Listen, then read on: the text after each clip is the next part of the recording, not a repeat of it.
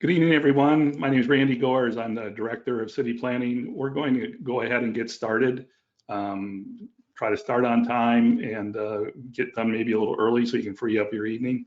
I see still there's a number of people still signing in, so we'll get rid of the preliminaries first, and then hopefully everyone will be here by the time we actually start tonight's program. So let me just go ahead and jump into what we plan to do tonight.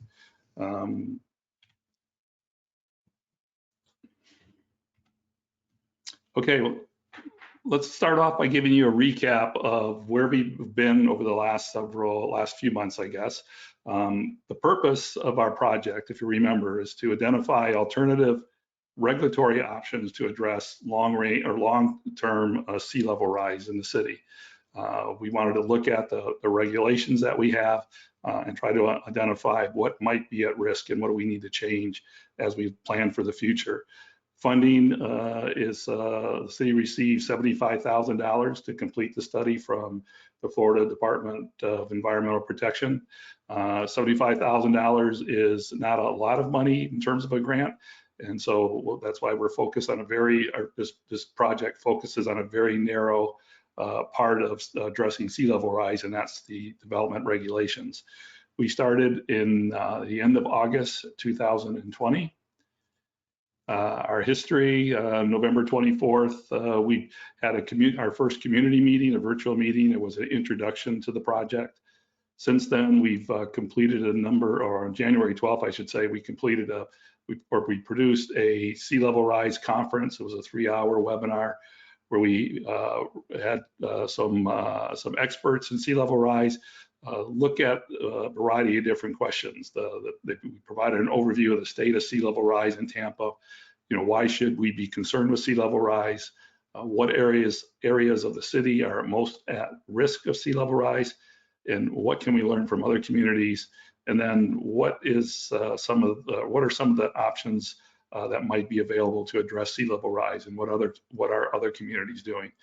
Both of these meetings were videotaped and are available on the city planning department webpage. Since January, we've produced 4 different reports. One of them is a background and inventory, all of the information from the maps to policies and regulations, a summary of the sea level rise conference, another report on the application of sea level rise strategies. We've learned that there are a variety of different strategies, but strategies are best used for different circumstances, and that's what that report looks at. And then we have another report that looks at the location of sea level rise strategies, mostly in the city, or I should say specifically in the city of Tampa, because not everywhere sea level rise will not affect all places in the city of Tampa at the same time. There are some areas which will probably be more susceptible to sea level rise in the short run versus others that will become more available in the long run. These 2 reports are available on our website, and it also is part of tonight's presentation, as Brian will go over in a few minutes. Some of the questions that this project really sought to look at. One of them was, when will sea level rise begin to impact the built environment? When we set out to look at sea level rise, one of our big questions it was and still is, although I think we have some answers tonight, you know, when do we have to be truly concerned with sea level rise? I mean, when will it really affect the built environment, which we mean by structures, our roads and so forth? And is it something that's in the short run? Is it 20 years from now, 30 years? All of that is a valuable information in terms of what sort of lead time do we have to be able to make adjustments. And again, where will the impacts be felt? As I mentioned, not everywhere in the city is going to feel sea level rise at the same time. How will those impacts relate to our development regulations? And this was one of our key questions, that we have existing regulations. The question being, what parts of our regulations are going to need to be changed, and how will that come about? And then what are the options in terms of our regulatory approach? So our roadmap tonight is moving forward. We're going to present some ideas and collect some feedback. The next 3 weeks, we will continue to collect some feedback and refine our ideas. And then on April 27th, we have another community meeting where we will come back to present the findings and the recommendations. So tonight is really our presentation of some ideas that we think could be used to address sea level rise. We want to get your feedback as to whether or not you think they're applicable here in the city of Tampa and whether or not we think we can move forward on them. And then we'll try to bring all those together in a few weeks into a final presentation. Before we begin, just some reminders and maybe just how to view tonight's presentation. Again, we are primarily focusing on land use and development regulations. When we start looking at sea level rise, we know that sea level rise encompasses a variety of other responses, capital projects, different engineering alternatives, all those kind of things. We're not looking at those as part of this project, although we will touch upon them. We may identify where we think there are some of those opportunities, but with the scope and the funding we had, we just don't have the funding to really look at those. Also, I think you'll learn tonight, or if you haven't, you'll be able to be exposed that storm surge, heavy rains, and sea level rise require different approaches. It is not the same mechanism for storm surge and heavy rains.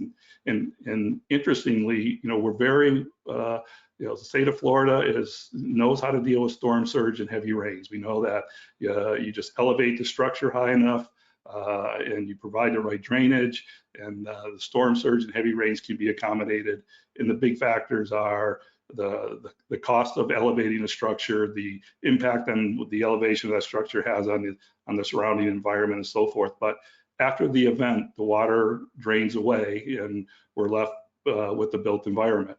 Where sea level rise is different. Once it starts to rise and reach the area of the built environment, it's not going to go away. It's going to stay at a level that it reaches, and it requires a different approach. I mention that because early on in our project, what really kind of was one of the impetuses of this project was there were calls that we should maybe be elevating our structures because of sea level rise. And we know that is a great response for storm surge and heavy rains, but it's a limited response for sea level rise. Another thing to keep in mind, the worst case scenario will typically result in the worst case impacts. As planners, we always look at the worst case, the most extreme case, so that we can understand the dynamics in the scenario. But we also know that the worst case is not necessarily the one that will happen or is not the most likely scenario. So tonight you're going to see some worst case scenarios. It doesn't necessarily mean that that's what we think is going to happen, but we need to talk about those worst case scenarios and understand what the dynamics are. We also, as planners, we know that we have this tendency to want to make it even more dramatic by adding other impacts. We hear sea level rise plus storm surge, a Category 3 storm surge plus sea level rise, or a Category 5 storm, as if a Category 3 hurricane is not cataclysmic enough that we want to add other variables to it. So again, I say that because tonight we're going to see, I think, a few extreme cases, and I want to temper how we interpret those extreme cases in terms of land use policy and our regulations. Another probably more important as we move forward, I look at this as being the beginning of a larger policy discussion on sea level rise and development regulations. I think we're going to have some recommendations on some direction of where to go, but we have not yet presented this to City Council. They have not had the full debate of any workshops on sea level rise and regulations. And so I think there's probably several months of debate in the policy level to really reach a consensus, which is good because I think we all want to make sure that whatever we bring forward, we have a community consensus on moving that needle and the recommendations. at the end of the presentation, where we want to kick off the dialogue in the community, is we're going to ask if you support the ideas that are expressed in the presentation, and Brian's going to give much more detail on what those ideas are. We're going to want to get your input on what issues do you think we face in implementing the ideas, and then also we want to have a little bit of a discussion about when should we act, because I think what we're going to see, as Brian discussed, is our findings is that there's a balancing act between if major impacts aren't going to happen for many years, do we wait until let more time pass before we take action, knowing that we may have a fairly large impact down the road, or do we take some small incremental steps now, well in advance, and try to build our resiliency over time? So it's a balancing act in terms of risk and reward. So with that, I'm not going to take any questions right now. We're going to take those at the end.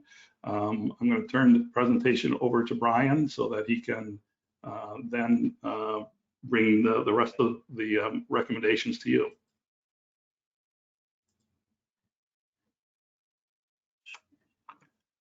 All right. Hello, everybody. Let me just get all set up here.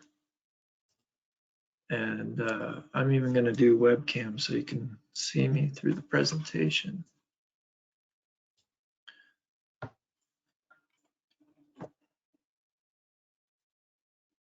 Okay. Well, thanks for joining us. I've been working on this for a little while now, and yeah, I have quite a bit of research to share with you and to provoke discussion. Finding some interesting options, and I think starting to understand a little bit more about the way that sea level rise can affect urban environments and the different regulatory tools we have at our disposal in order to deal with them, really. So, all right. So I'm Brian Cook. I'm with the Florida Center for Community Design and Research. Like Randy said, we've been working on this project since I think it was August, September, around there. I have a great team of people working with me. So Stephen Fernandez, also from University of South Florida, is providing the maps and is working with me on the project. And then Anna Chang is a graduate research assistant who's also helping with the project. And in the Florida Center, we work with communities all over Florida and love the opportunity to work in our local territory. So I'll start off the presentation with this quote that I came across. I think it's really appropriate, and I'll just read it. In the next century, the majority of America's publicly owned tidal shorelines could be replaced by a wall, not because anyone decided that this should happen, but because no one decided that it should not. And of interest there is the date on this quote by James Titus is from 1998, so foreseeing that people would be engaging this issue. And if you're interested, there is his paper, which is How to Save Wetlands and Beaches Without Hurting Property Owners. So nice article to check out. But what he's pointing out is that we are now in the situation where there's environmental change occurring around us. It's out of our control, and it's dynamic. So going forward, we will have to adapt to our changing circumstances. This adaptation can either happen sort of incrementally and individually, or it can be made in a designed way with forward-looking decision-making. And so really, I will present both or alternatives in both of those directions. But I think there's trade-offs in whatever way a community decides to approach sea level rise. So we'll discuss what options do we have, and there you go. What are the trade-offs? So with the project, trying to simplify down the scenarios to address and to get a good visualization of how the projected scenarios will impact our community here in Tampa. We're using these four heights, and I can explain it. So with the Tampa Bay Regional Resilience Coalition has a climate science advisory panel, and their update to their projections in 2019 showed these different heights. And so what we're looking at is the year 2045 as our lowest case, and with the intermediate scenario, and you'll see that circled there on the screen. And then going forward, some of the scenarios are sort of similar. So we grouped those so that we could make maps and get an idea of what the impact is. So the 2045 high scenario generally equates with the 2060 intermediate scenario. So we're adding 1.87 feet of sea level rise for that one. And as you see these numbers, do know that that's since the year 2000. And I think it's the gauge is showing 7 inches of sea level rise between the year 2000 and now. So something to take into account. But the numbers I'm showing are from the year 2000. The next scenario is the 2060 high or the 2100 intermediate, or 3.9 feet of sea level rise. And then the last one is the extreme case, which is the year 2100 with the high projected scenario. And for that projection, they are suggesting that there would be 8.5 feet of sea level rise at that point in time with the high scenario. I do recommend, if you're interested in how they developed those figures and the expected, how much each of those are expected going into the future, there's some nice description of that within that report, and it's available online. So what does that look like in Tampa? So you can see that in 2045 with the intermediate scenario, most of the impact is down there in MacDill Air Force Base, and it's mostly wetland edge kind of coastal environment. So not that much impact. And so you can see over time how those scenarios build and incrementally affect different areas within the city. I'm get into a little more detail so you can see it better. In 2045, with the intermediate sea level rise scenario, which is 1.26 feet, again, since 2000, there is really not that much impact. And where there is that encroachment into inland areas, it's showing the land use map there. The pink is government-owned property, which is typically an open space parcel. So you can see that in 2045, most of the land that's affected by sea level rise that is expected to be affected by sea level rise is government-owned property. And then with the 2045 high scenario, which is also the 2060 intermediate scenario, again, there really isn't that much effect or impact as far as structures and infrastructure. There are actually no buildings that are expected to be impacted by that time on a permanent basis. And again, the pink is the dominant land use color that is affected. So then we move to 2060 high scenario, which is also equating to the 2100 intermediate sea level rise scenario, or 3.9 feet. And what's interesting here is you start to see clusters or pockets of buildings or structures that begin to be affected, potentially be affected by sea level rise at that time. But an interesting correlation is that those pockets are typically low-lying areas that were maybe residences or locations that were built over the top of historic hydrologic areas or coastal wetland marsh or mangrove areas.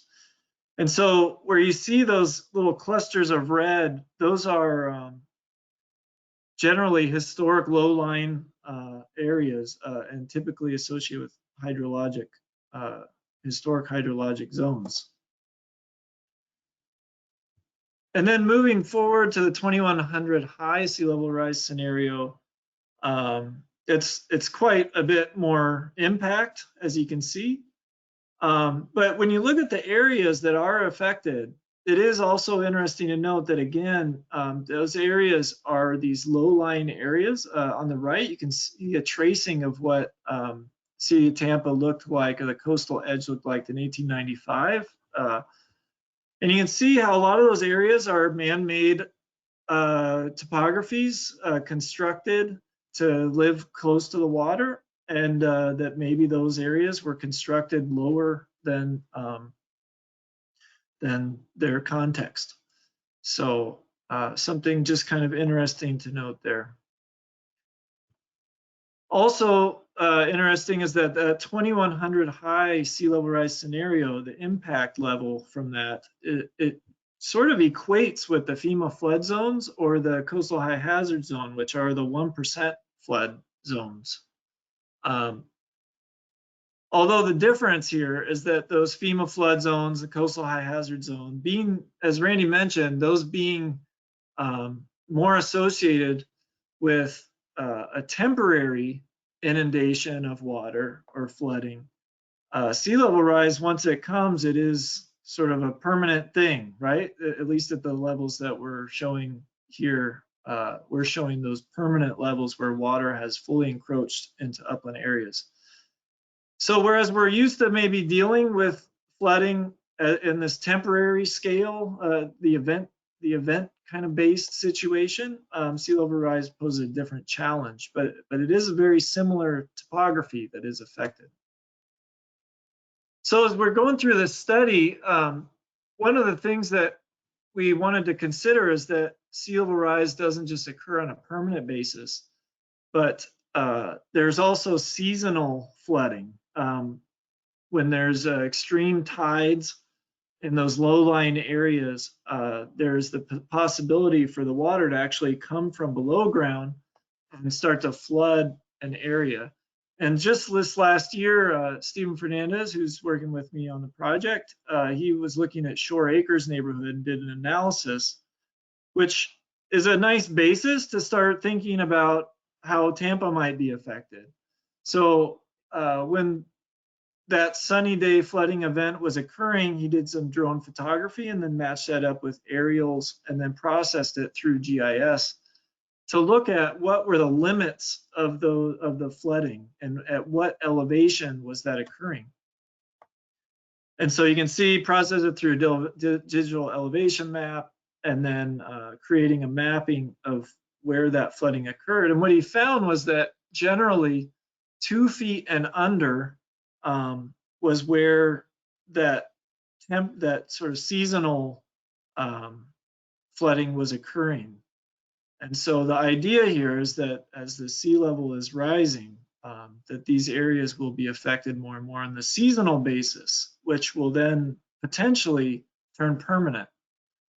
So correlating that to Tampa, we transpose that sort of same scale of information, looking at where do we have elevations that are 0 to 2 feet, and then thinking about, and that those areas could possibly already be impacted by seasonal flooding. So then we have the 2.1 to 3.5 feet to think about. And when you look at the time scales, really, those areas could potentially be affected by the increase of sea level rise with this seasonal flooding issue within the next 10 to 30 years. And if we're looking at with the intermediate scenario, and then if we're looking at the high scenario, so then we have the 3.6 to 5 foot elevation. And those areas being that much further above 2, those would be more in the range of, let's say, 20 to 60 years, where they might start to encounter the seasonal flooding. So there's this temporary seasonal event-based flooding thing to consider, and where is that occurring? And then where is the permanent and flooding occurring, and when does that begin to happen? And I think that this, it actually plays a big role in the way to address the issue through policy.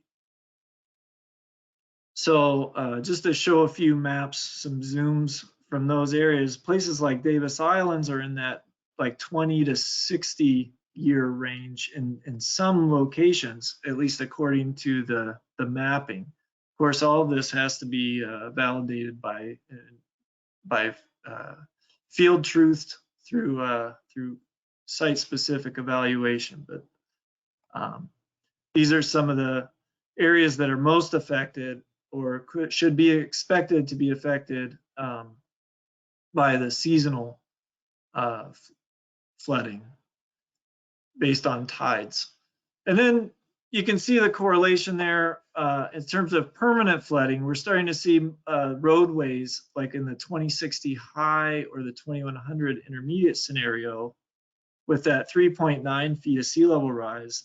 That map showing the roads that would be permanently, potentially permanently affected.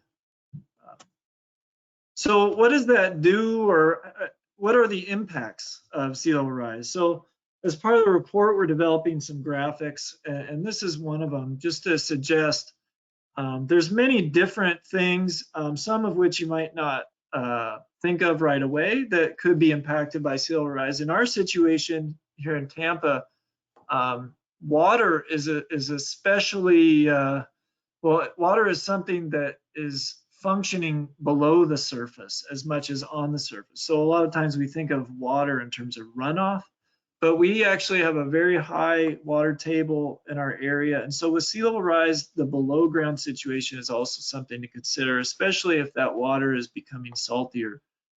So with sea level rise, you have maybe the potentials for showing drainage outfall issues and the drainage system, with plants and their roots being affected by that subsurface inundation,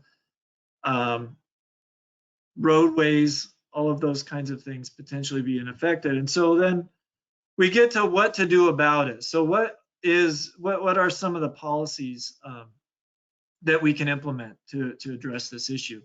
So one of the first concept is to think about it at a citywide scale. And when you're addressing sea level rise at a citywide scale, it's thinking about it as a system of interconnections, not necessarily directly focusing attention on the coast, but what can be done citywide that can alleviate or mitigate future risk from sea level rise. So a few of those things are, first, to use future sea level heights, like as a community, to decide on a certain scenario that we're going to adopt and start to use that scenario in our planning and permitting and capital improvement projects, so that we aren't building things where their usable life is shortened by future sea level rise, which is, it is happening. And so that we're picking a target date and sort of building towards the future and towards that environmental change. And part of that is considering increased groundwater. Another thing is this correlation between greenhouse gas and the amount of sea level rise, which that Climate Science Advisory Panel report ties that all together and talks about the relationships. And then another thing is, as a city, ensuring equity through sea level rise policy. So if people are moving or if policy is being made in the coastal regions, just considering how that affects all people as a system within our city. Another idea is to start to think about the coastal edge as needing that sort of buffer zone. That can be implemented through an expansion of park projects. It's also possibly, things like seawalls along the river or along the coast are associated with this, and that they are fixed infrastructure. And in trying to meet this kind of flexible nature and unknown future that's associated with sea level rise, that having a little bit more of a buffered zone rather than things built right to the edge is maybe gives us a little bit more adaptive capacity and flexibility going into the future. So part of what we're doing with the project is doing a little bit of mapping to understand where we have parks in the city of Tampa, and start to just consider what the relationships might be. So then we get in the coastal environment. And so at the coast, some cities are doing a similar thing where they're using future forecasts to start to be the baselines for their assessments and planning decisions. So for example, in San Francisco, they're taking the 1% flood zone, so the FEMA flood zone, and then they're adding on top of that the 2100 high sea level rise scenario, and they're using that compounded height of water to start to think about the future of their city. In New York, for example, they're expanding places that are allowed variances for designing for flood. So typically there's some rules associated with the 1% flood zone, but they're expanding it to the 0.02 or the 500-year flood zone. So as part of the project, we're mapping that just to see what that might look like. So if the community were to decide, hey, we're going to build towards 2060 high scenario, and consider that our FEMA 1% flood zone, then that would look sort of like the map on the left.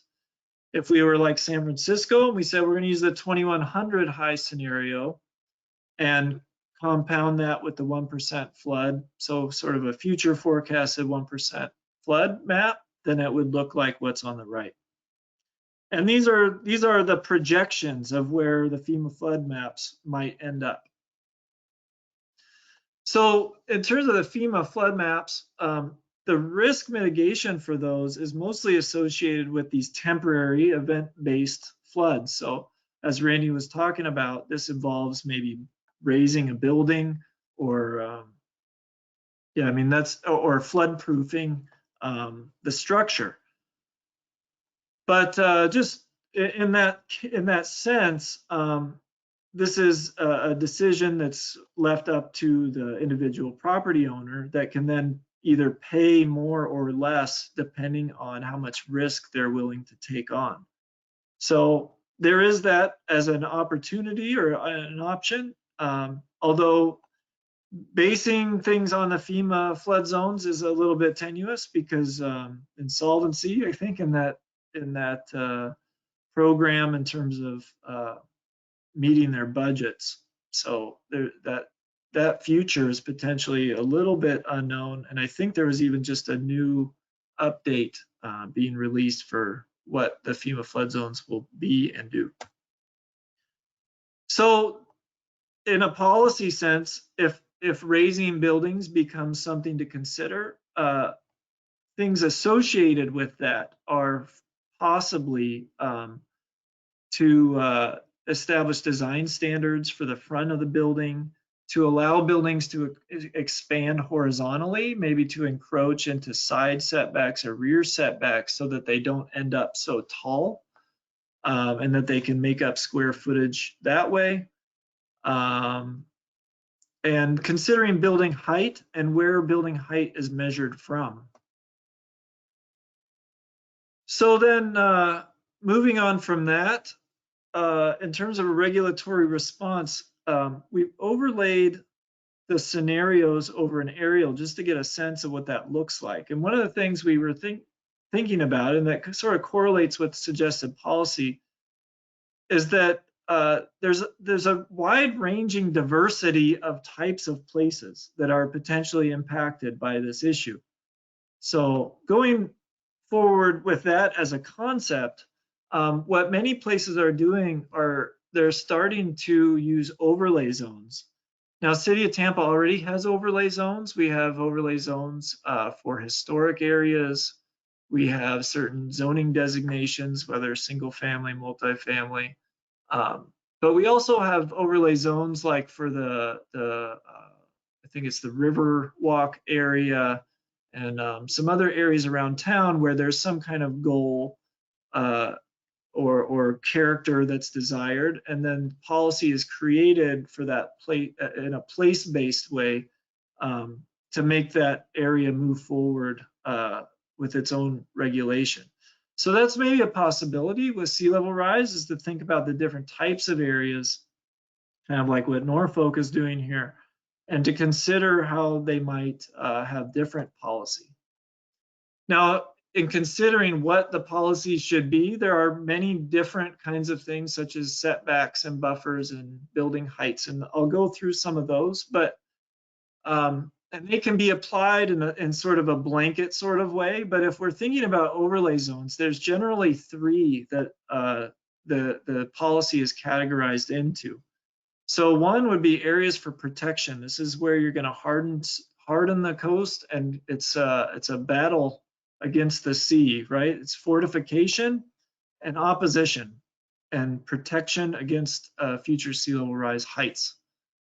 Then there's areas for accommodation. So this is where maybe inland areas are opened up a little bit, or open spaces provided for concentration of future flooding areas.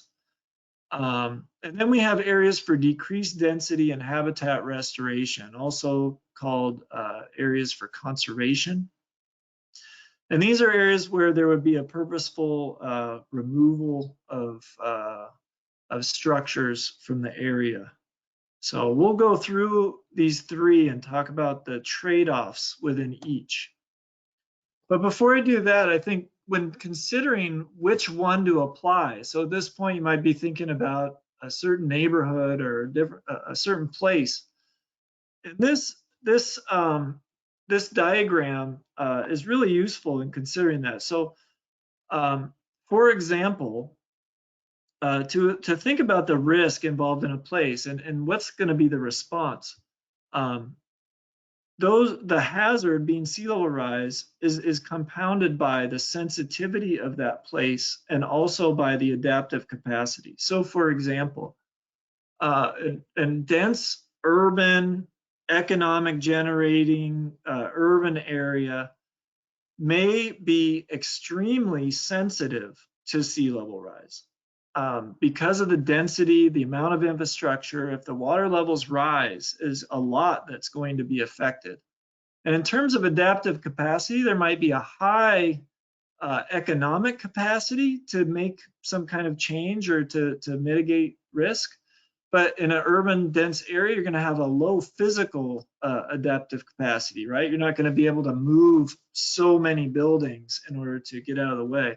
Whereas if you're in a very much less dense area, you might have a lower sensitivity because you can start to move the water this way or that way. And you might have a lower physical or a lower physical adaptive, or sorry, a lower economic adaptive capacity, because there isn't a lot of revenue generated in those places. So you may not have the money to mitigate the forces and effects of sea level rise, but physical adaptive capacity is higher in less dense places, or maybe physical adaptive capacity is more with a smaller structure as opposed to a much larger structure. So by kind of processing the place through this lens, different types of responses might become it might start to point to different types of responses. So then in Tampa, when we look at the highest level scenario, now this doesn't, whether this happens or not, I think it's a useful planning tool, because when you look at the areas that are affected, there's patterns that develop, and those patterns kind of reflect or go back to that chart that I just showed. So in a dispersed kind of area, you have intermittent buildings that are affected, and this is that less dense area that with different adaptive capacities. And so you could probably protect, accommodate, or reduce density in those areas, depending on what the community want to do. But then there's areas where there's a strong, like a kind of a dense pocket of predicted inundation from sea level rise. Now these areas, the accommodation aspect is much less because you have a dense cluster of structures. You don't have a lot of space. So really, it gets into more of options of protection or of reducing density in those areas. And then you have other areas that are more linear. Now, access is still an option when considering those areas like as they go forward. And so the accommodation aspect is still sort of alive and possible with those. So the three options maybe are allowed for that or would work for that. And then you have some areas that are shown in this future scenario as very much saturated. And when you have that kind of density of structure, really it's a protect or decrease density kind of situation. The accommodation strategy just would be overwhelmed in terms of infrastructure. Now, these aren't definite, right? All these things have to be considered by the community and strategies be approached.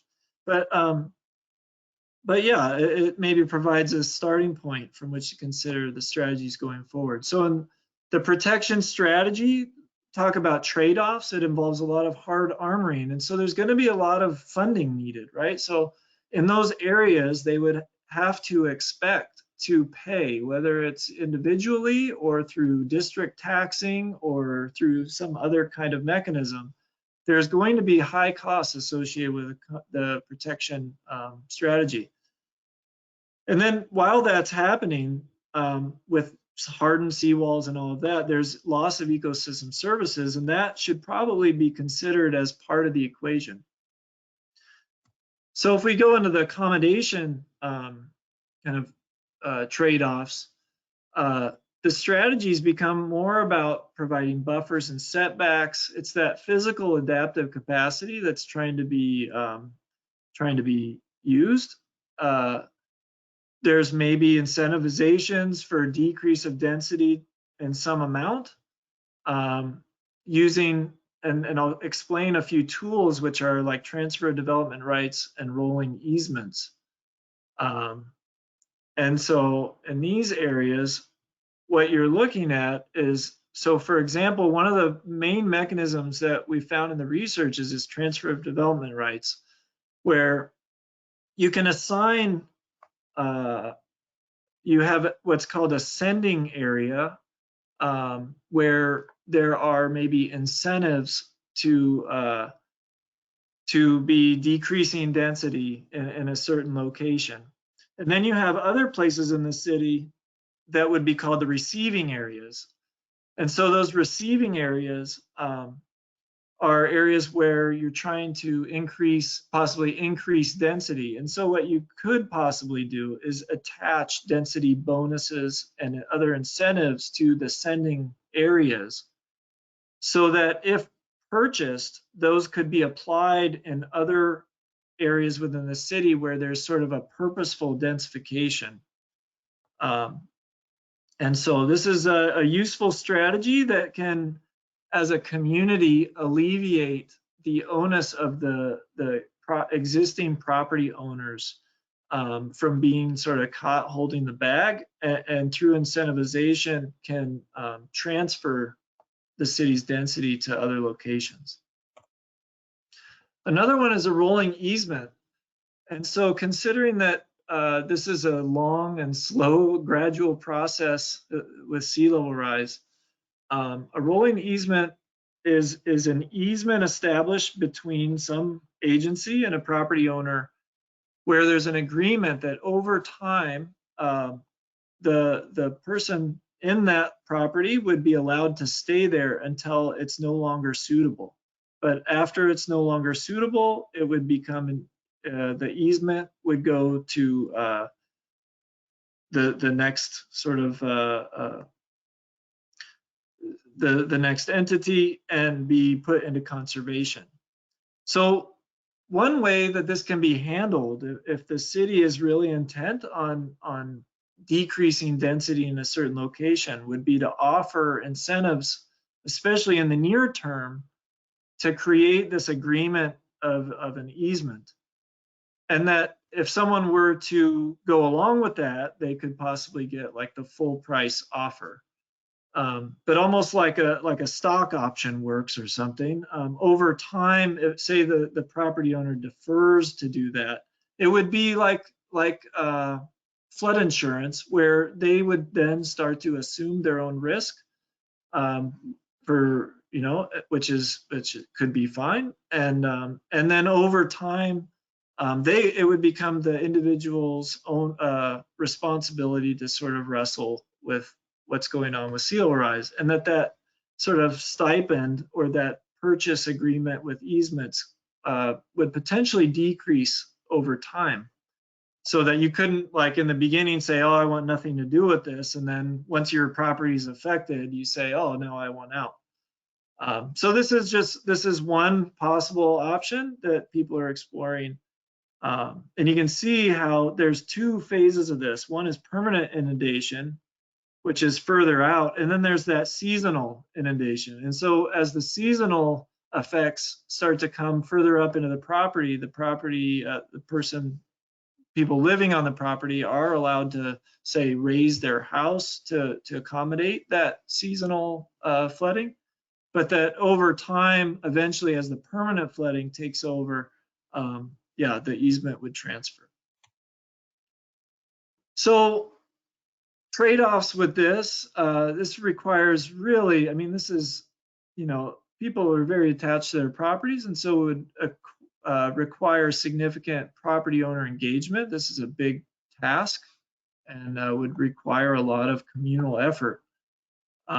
One concept with that, like I showed in that last slide, is that in the beginning stages, there could be if the community were to decide that they were going towards this density decrease sort of concept in the near term, and for example, 10 to 80 years, there could be a period of accommodation where the buildings are raised and that seasonal flooding is accommodated. But that over time, if completely overwhelmed, then there would be this agreement where properties would have to be vacated. Again, the same decreased density tactics can be employed, such as the transfer development rights and rolling easements. There's also property purchase programs. There's a lot of funding going on right now, both federally and in the state. And then we have our own local programs like conservation taxes and the ELAP program and different things. So this part of this is restoring the natural environment, and really the return on investment, I think, for this, it still needs to be determined, but in a report they are showing this as to be one of the most cost-efficient mechanisms of decreasing density. So what does this look like in Tampa if we were to go this route with overlays and that? So we made these maps to try to show the areas with similar characteristics. So what you're seeing, and I don't know if it's showing there, but on the left is the 2045 high, and you can see, if you recall, there's no structures impacted at that time, but the dashed line starting to hint at what is potentially coming, maybe seasonal flooding, but flooding going into the future with the different scenarios. And then with the 2060 high or the 2100 intermediate on the right side there, the areas shown with the solid tone, those are areas expected to have permanent flooding at that time with that scenario. But you can also see the kind of echo effect of what is expected going forward. And some of those areas are in that kind of linear, can be characterized in that linear sort of way, where maybe access can be provided over time, and an accommodation strategy may be able to be employed. Others are in the middle of a pretty wide margin of future inundation. And so that's something to consider when the community is making their plans. And again, all the plans are trade-offs in terms of at least what I'm suggesting. There's a protection response, which is high cost and requires funding, and then through accommodation and decrease of density. And then with that most extreme scenario,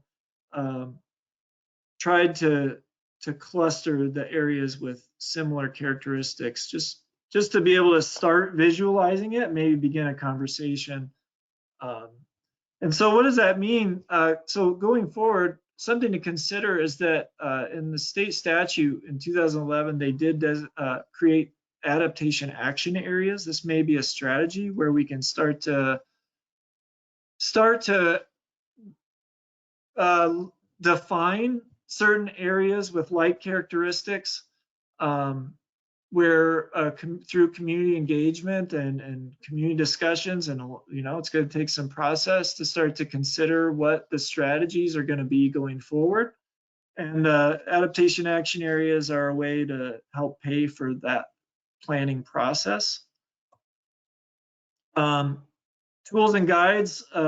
Some folks in previous presentations had asked to put a few of the best ones that we've come across, and so now's your chance to take a screenshot if you like. But these are some nice tools and guides that we're using within our research in the project.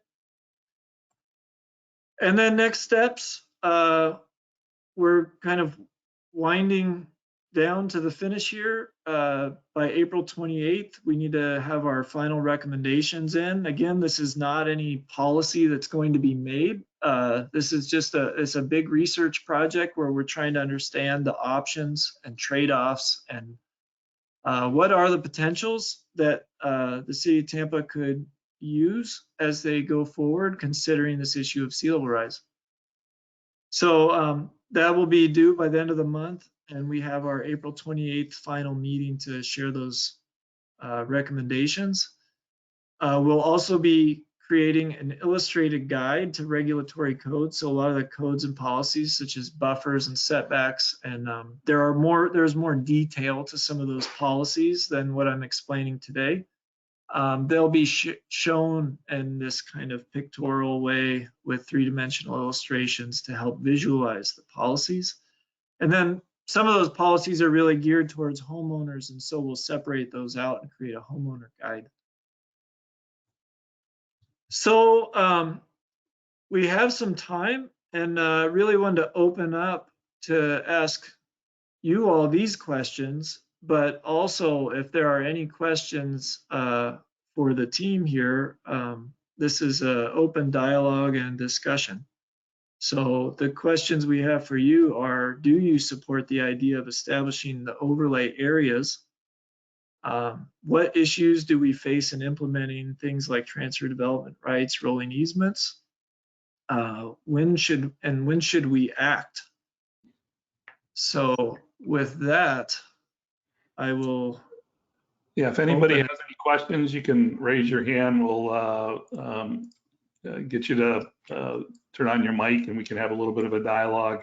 I will say one of the things that when we started the project, what I was hoping to be able to get a sense of is that first question that I mentioned. When do we start to see the impacts of sea level rise and where?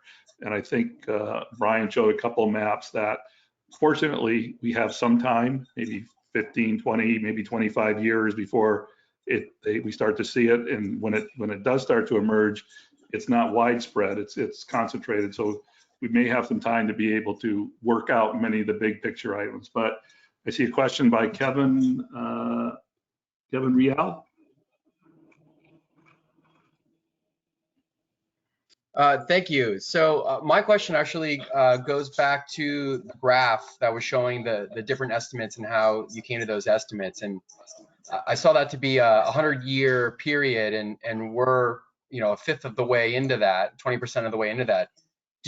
If I missed it, I'm sorry, but do you know where we are on that? Are we tracking with those curves so far? Yeah, so we are at I think it's 7 inches. So if you look at this graph, I think you can see it. So this, the projections are starting at year 2000, and here we are in 2020. And so they're very tight at this point in time.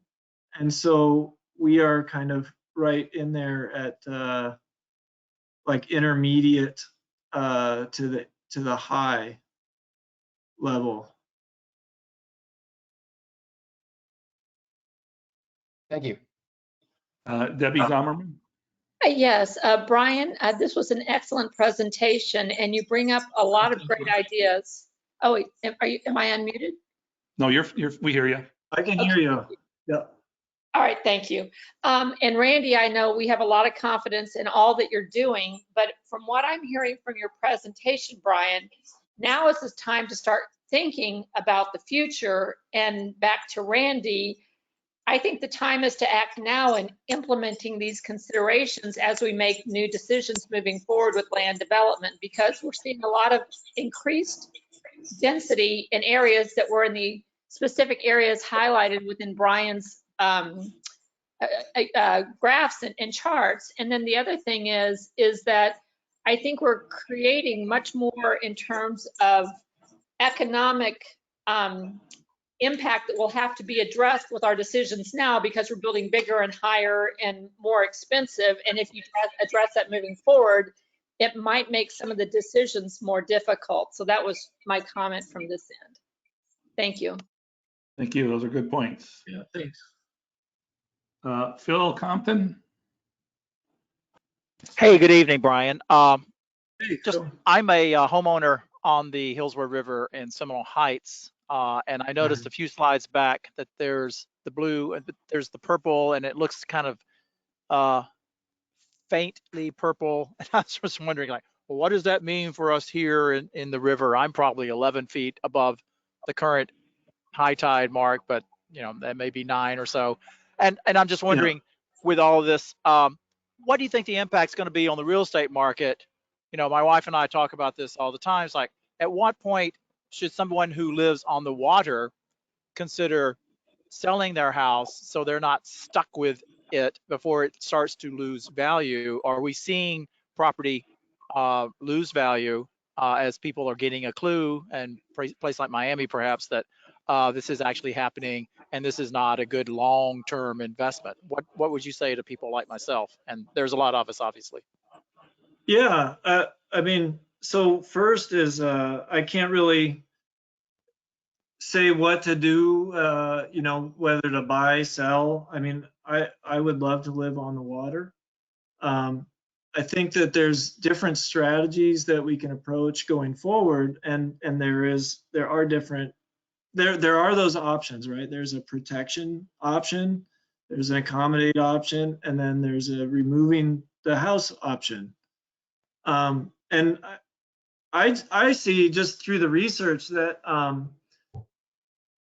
establishing that as a trajectory as a community will be what's important, so that there are those known assurances going forward. But it isn't just a one thing happening in isolation.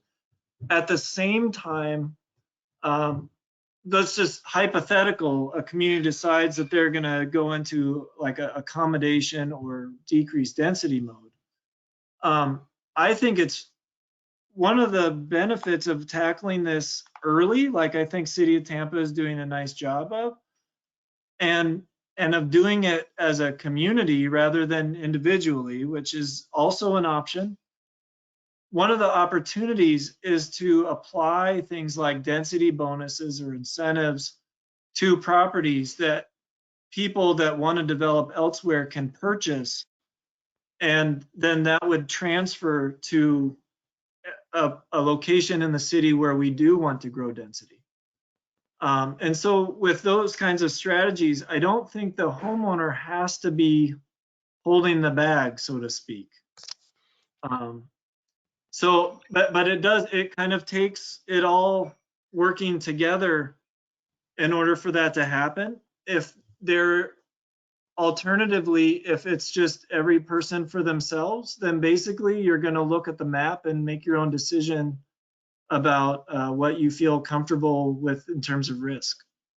Yeah, thank you. And if I can ask about the potential protection and accommodation areas map there, up where I am in Seminole Heights, east of the interstate, it's shown as a faint color violet as opposed to the darker colors of violet. Yeah, so the darker colors were where there's more density, I see. And so those areas have a little bit more of an extreme case to deal with. Okay. And so then when you have the lighter colors, that's where it's more sporadic effects. And so there's maybe other lighter opportunities to address the issue. Right. Single family homes up this way. Yeah. Okay. Hey, thank you very much. Yeah. Yeah. Yeah, CJ?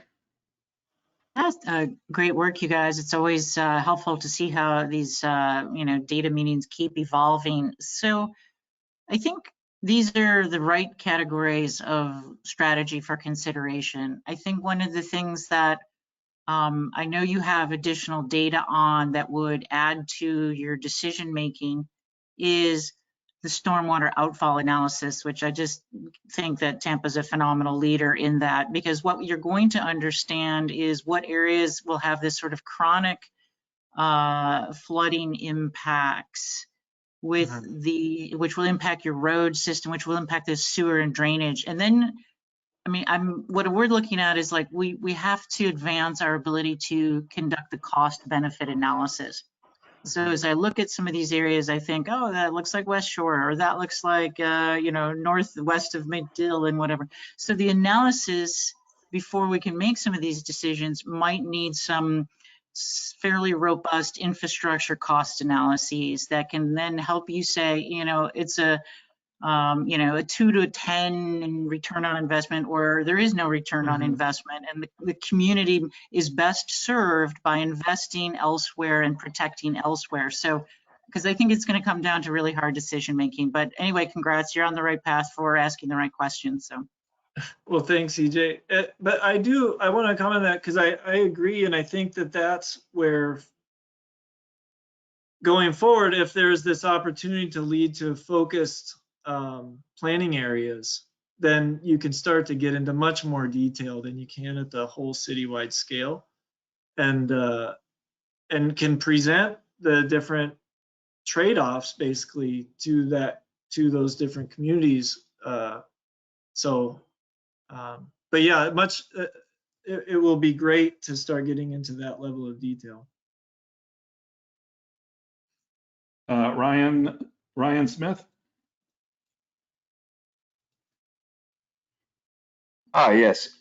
In the regulatory, early on in the presentation on regulatory response, you mentioned consider increasing groundwater use. I was wondering how much advantage that would be versus surface water use. I'm not sure which slide. I can flip through them and you can tell me.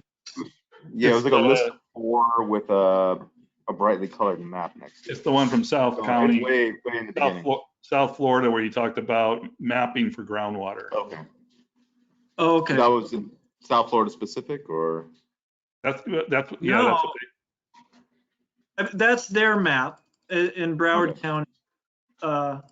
So not to consider increased groundwater. Okay, sorry. Yeah, maybe the phrasing, but the idea is to consider increased groundwater, like that. Okay, I get you. Will be rising. So yeah, sorry, that could be worded better. But for example, in Broward County, they've produced this future conditions map that shows the projected future groundwater as a map that then is used against development projects, capital improvement projects, and planning in general.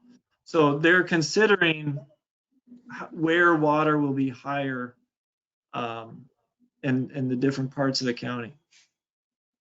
Okay, thank you. Yeah. CJ, I see a hand raised. Did you have another question?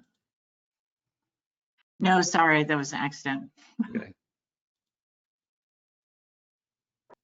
I don't see any other questions. Anybody have any other comments or questions?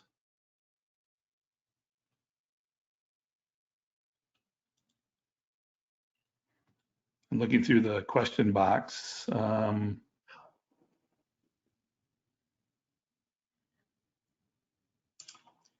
Just there was a question. People wanted to know how many people had tuned in. We had about 57 people tune in, but as we mentioned, this is going to be available for viewing in about a week, and our numbers afterwards, I think, have increased after that. There's a few questions in the question box. I'm having trouble accessing them, so I don't know if you were able to see those, Randy. Yeah, we have let's see, we had a couple of There's people one about put their hands up. California. Well, there was questions about, is it really fair to, I think a couple of questions about comparing Tampa, California. The question, are people in the sea level rise zones resistant to planned retreat as they are in California? I think it was just a question, how do we compare with people in California in terms of our views on sea level rise? Yeah.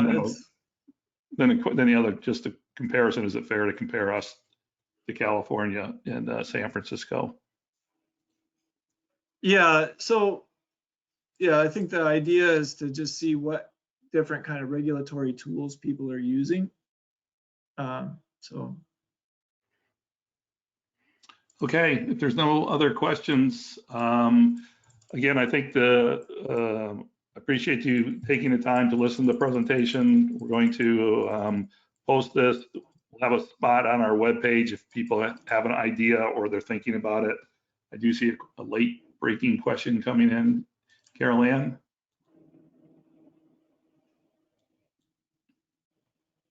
We can get you muted here.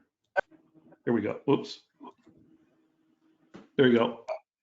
Just a quick question I wanted to ask about this Norfolk slide. It was in the yellow, it says adapting to rising waters. Yeah. Established neighborhoods that experience more frequent flooding. Development is to gradually retreat from shorelines via housing buyouts and maintaining but not expanding key sewer and water utilities and roads.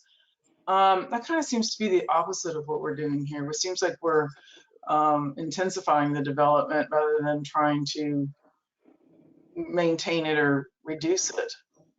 Well, the red areas on the Norfolk are actually enhancing economic engines. And so those are areas they're going to be protecting that have that sort of economic value to the city. And then, so it's a similar range of options in Norfolk. And please, I mean, I'm all open to the discussion if you have more questions or comments. But yeah, they have that range of options also. The adapting to rising waters would be similar to the accommodation zone that I had discussed.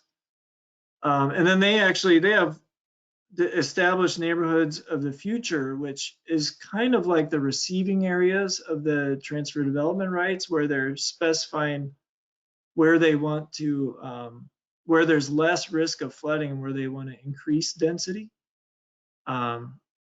So they have that range available within that spread. And they're using that same kind of low to high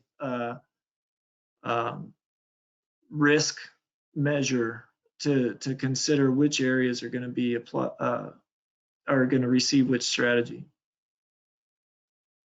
We have a couple more questions. Jason Belmort. Hi there. I work for Hillsborough County, and I happen to work with around developers a lot. They are putting all the developments out to the edge of the urban service area. So that's where water and sewer go. There are no areas right now for even schools to be built because they have taken most of the land. If you're going to talk about possibly the transfer of development rights, so the developers on the shorelines going inland, there's nowhere to build right now unless you increase the infrastructure outside of the urban service area. I think some of the areas could be infill, like through establishing areas. this is where I kind of want to start playing planner, but you know, if you were thinking about transit-oriented developments or areas around, say, the university, or you know, there's the airport, major infrastructure pieces, right?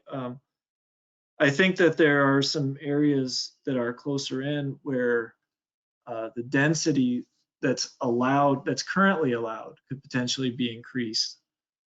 Not necessarily thinking about horizontal spread. I'm definitely sensitive to that issue also.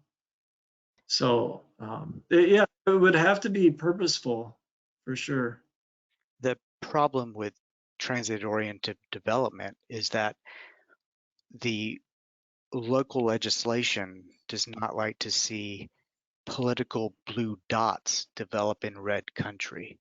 So it's very hard for locals to get any kind of alternate transportation in areas outside of the urban areas.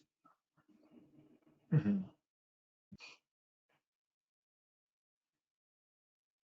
Thanks, Jason. We have another question from Debbie Zimmerman.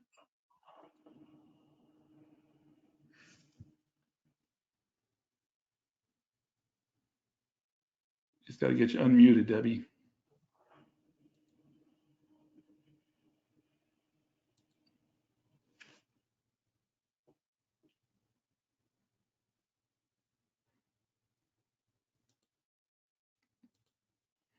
There we go. Yes, and I agree. I think Jason made some important comments, and Brian, I think the way that you described the transfer of development rights is really critical at this point in the city of Tampa, because Randy, you know how development is going, and they just increase the buildable envelope on what's already there, but don't think about maybe an envelope does need to be increased, or maybe that increase needs to be a transfer of development rights actually to the area where the city wants development to occur. So it's kind of along 275 USF based on the reports I've seen. So where I think there's a lot of angst from the public, and it's very hard to communicate in 3 minutes, is that these blanket changes versus the well thought out and well planned changes to areas that will fit into the whole scheme make a lot of sense, because what we're seeing is that there's just more development where there's already the development, and there's no development incentives to build where the city says they want to build. And that gets very frustrating for the people within the city that are running into these infrastructure issues and smaller site setbacks and more flooding. And so I think everything that you said is very important. I think what Jason said was important. And I think, Randy, we're really depending on you to communicate this to the city. And this is an excellent, excellent presentation. Thank you. Well, thanks. I will say, I think it kind of goes back to that first quote by James Titus, that the change happens one way or another. So either you end up incrementally building the wall around the coast, or you don't by design. So yeah, there's different ways of moving forward for sure. Yeah, and I think I don't see any other questions, so maybe I can just close. You know, it goes back to one of the comments I made earlier, that this is really kind of the beginning of a longer term discussion on policy, especially on sea level rise. We've been, I mean, every community in the country has been developing primarily without having to worry about sea level rise. I mean, that's all the policies have been. They've been related to whatever the risk factors that they've had to deal with.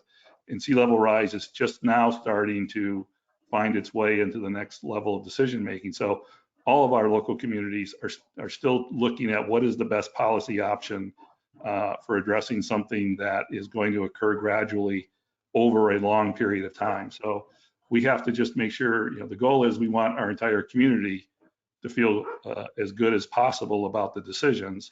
We don't want to be fighting about this over the next couple of years. We want to be able to have some direction. So that's why I say I think this is the beginning of a conversation. It'll start with the community with these presentations. It'll find its way in the city council with some workshops, and where we can finally get some discussion at the policy-based level. And then I think from there it will work into actual policy guidance into the future. So come back in a few weeks. We'll try to bring these ideas into a little bit more of a framework, and then we'll go from there. Thank you all very much. Have a great night. Thanks.